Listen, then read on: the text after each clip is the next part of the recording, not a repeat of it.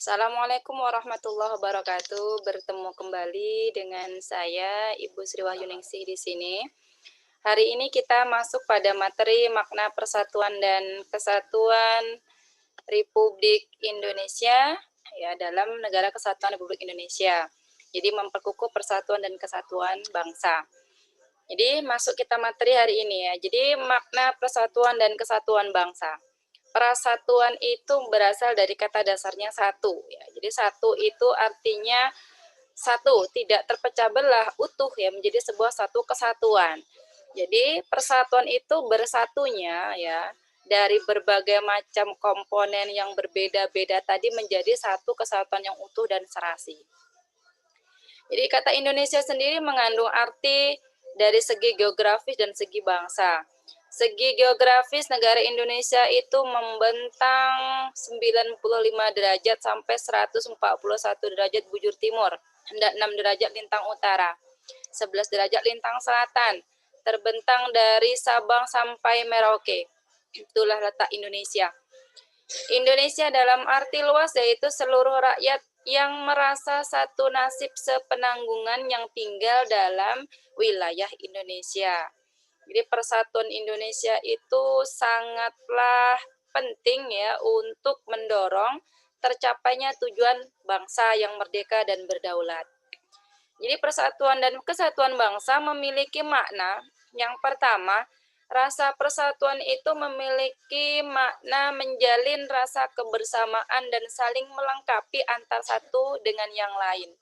Yang kedua, menjalin rasa kemanusiaan dan sikap toleransi serta rasa harmonis untuk hidup berdampingan.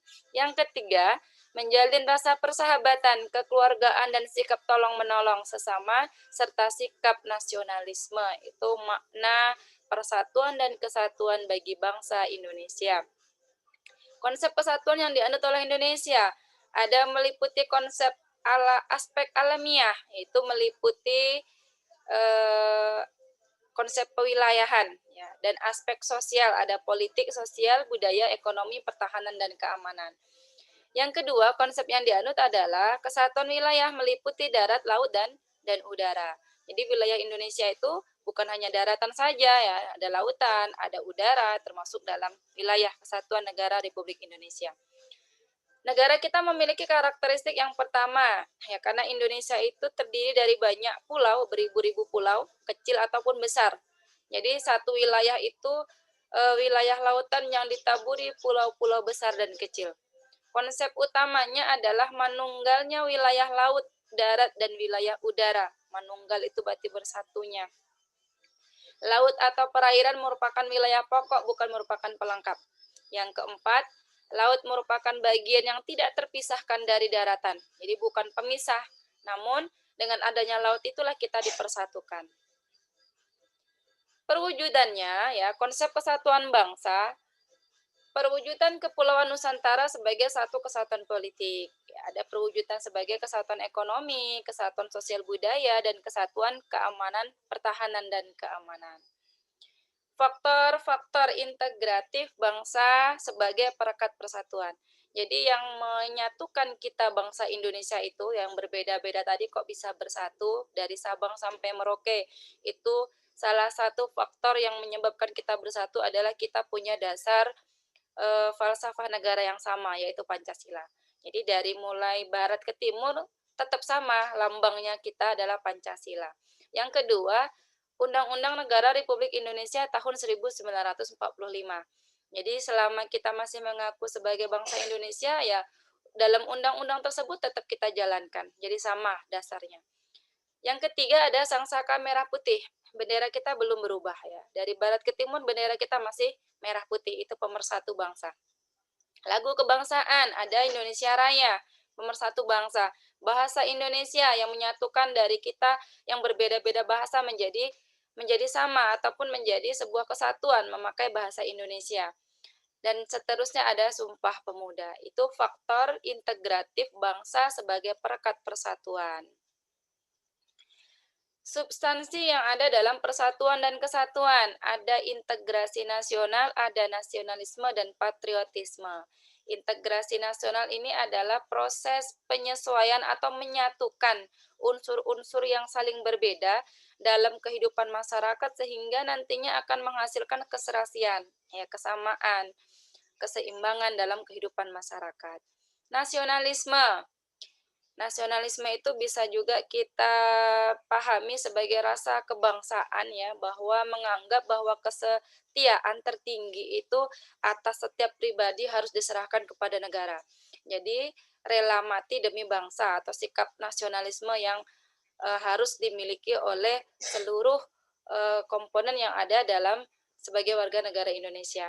Patriotisme itu rasa cinta yang kita tunjukkan, ya, dalam kehidupan berbangsa dan bernegara. Itu rasa cinta itu harus dimiliki jika kita mengaku sebagai bangsa. Kehidupan bernegara dalam Negara Kesatuan Republik Indonesia. NKRI atau Negara Kesatuan Republik Indonesia itu merupakan negara yang dibentuk berdasarkan rasa nasionalisme yang tinggi dari para pendiri-pendiri bangsa kita. Jadi yang punya tujuan untuk melindungi seluruh bangsa dan tanah air Indonesia, memajukan kesejahteraan umum, mencerdaskan kehidupan bangsa, serta ikut dalam melaksanakan ketertiban dunia.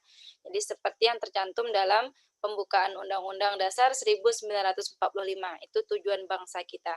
Jadi bangsa kita itu dibentuk ataupun merdeka karena adanya rasa nasionalisme, rasa patriotisme dari para pejuang-pejuang kita dulunya untuk mendapatkan sebuah kemerdekaan. Konsep Negara Kesatuan Republik Indonesia menurut Undang-Undang Dasar Negara Republik Indonesia tahun 1945. Ada pasal 1 ayat 1. Di situ mengungkapkan bahwa negara Indonesia ialah negara kesatuan yang berbentuk republik. Selanjutnya pasal yang dirumuskan oleh PPKI merupakan tekad bangsa yang menjadi sumpah anak bangsa pada tahun 1928 yang dikenal dengan Sumpah Pemuda.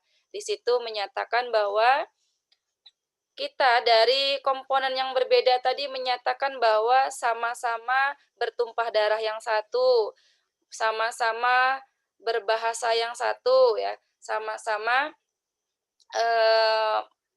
menganggap perbedaan itu menjadi sebuah kesatuan. Jadi sama-sama mengangkat bahwa Indonesia itu adalah satu. Faktor pendorong dan penghambat persatuan dan kesatuan bangsa. Jadi ada faktor pendorong bagaimana Indonesia itu bisa bersatu dan apa yang menghambat persatuan itu tidak akan tercipta. Jadi faktor pendorong, bangsa Indonesia itu dari dulu-dulunya adalah memiliki rasa gotong royong yang luar biasa. Itu sudah nilai-nilai yang diajarkan oleh masyarakat Indonesia, ya, para orang tua kita. Menghargai umat beragama, ada rasa nasionalisme, rasa toleransi, rela berkorban, musyawarah, penggunaan bahasa Indonesia, itu faktor pendorong kita untuk menyatukan bangsa.